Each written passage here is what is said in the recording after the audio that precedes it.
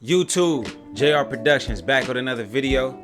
Today, I'm gonna be telling y'all 5 tips on how to grow your brand as a music video editor, director, photographer. These 5 essential tips will get you where you need to be. Let's get it. I love you. Alright man, so look, without further ado, let's just jump right into it. I ain't even about to sit up here and waste no time. We're gonna get straight to it because I know y'all wanna know how to grow y'all brand, right? Y'all wanna hear me rambling. Okay. In the beginning, if you're starting off, if you're not established, you're not known like that, free work is your best friend. You know what I'm saying? I know.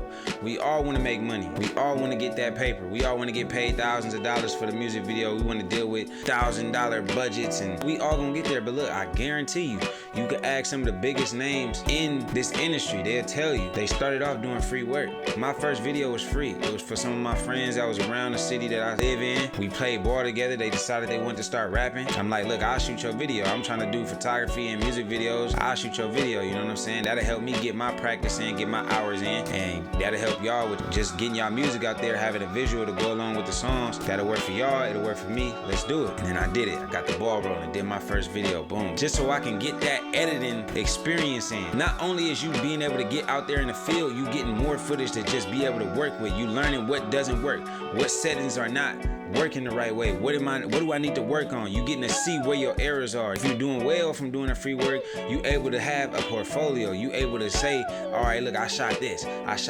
And now you can you build your portfolio so that when you do get to that position to where you can charge people for your services, then now you got something to show them. You got something to stand on. They can go reference something like, okay, they got the look that I'm looking for, or I like this look and I'm willing to work with you because I like what you got going on. That's how free work benefits you.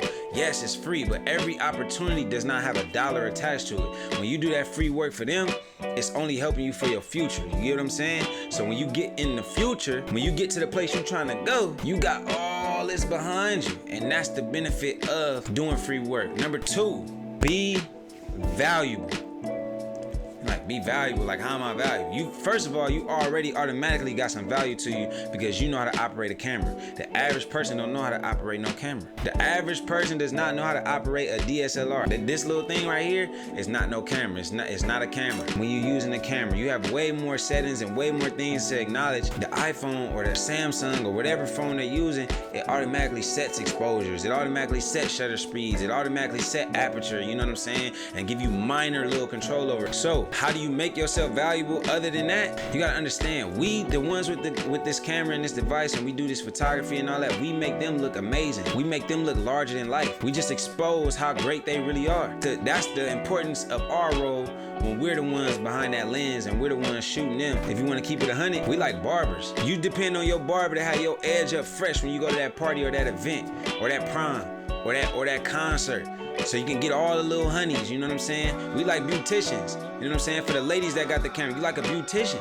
You gotta make sure that frontal is on right, it's laced, snatched, you know what I'm saying? Baby hair is on fleek, you feel me? Like, this what we do. We make them look amazing, we make them look dope, and when we able to add our little flavor to make it just look even better. So be valuable, that's the tip number 2. Number 3, you gotta reach out. Humble yourself. Don't be prideful. Don't be scared to reach out to nobody. Don't be scared to hit nobody up. Don't be scared to offer your services to nobody that you feel could put you in a better position than the one you already in. Them people see them DMs. I'm telling you. I got a gig with Sway Lee because I reached out. I reached out to his DJ. That's another little nugget I'm gonna give y'all. Don't try to hit the artist directly every time. Sometimes you gotta see who around them, see what people is next to them, and then hit them up. They not the public figure. They don't have concerts and shows that they gotta worry about. So sometimes they'll have like 3,000, 5,000 followers, so they can see their DMs sooner than somebody with 1 million, somebody with 10 million, somebody with 100 million. Always keep that in mind. Reach out, offer your services. That goes back to tip number 2, with value.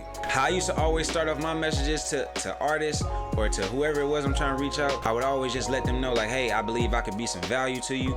I believe I can bring value to your brand. This is what I do. I do photography, I do videography, and I just want to help. If you can give me an opportunity, I'm not looking for no handout. Like, you know what I'm saying? Something on the lines of that. That's not verbatim, but always pitch yourself as valuable. People want things that are valuable, you know what I'm saying? Once you convince somebody that you can add to their brand and then you can show them that you add to their brand, I'm telling you, you'll be way better off. So just keep that in mind. Tip number 4, gotta have a look. Gotta have a look. You can't be all over the place. You can't just have this logo, this logo, this logo, this logo. Nobody know what your logo is. Pick a logo, stick to it. Pick a name, stick to it. My first name for my video editing and all that was Imaging by X. I'm gonna give y'all a backstory on Imaging by X and how that came about. Okay, so Imaging by X basically came about because at the time I was about to be a father. My son was about to be coming into this world. Me and his mom couldn't figure out what we was gonna name him. And I'm like, you know what? I'm gonna just put X. Imaging by X, because my whole goal is to build this company and pass it down to my son. So I'm like, let me think of a name. Couldn't come up with a name. I said X. We got closer and closer to the time for him to come, and by that time I was already established as Imaging by X. People calling me X. I'm telling them my name JR. They calling me X anyway. So it's like whatever. So I kept it when my son got here, and then eventually I decided, you know what? I'm starting to become more in the public eye. People are starting to kind of recognize me as JR.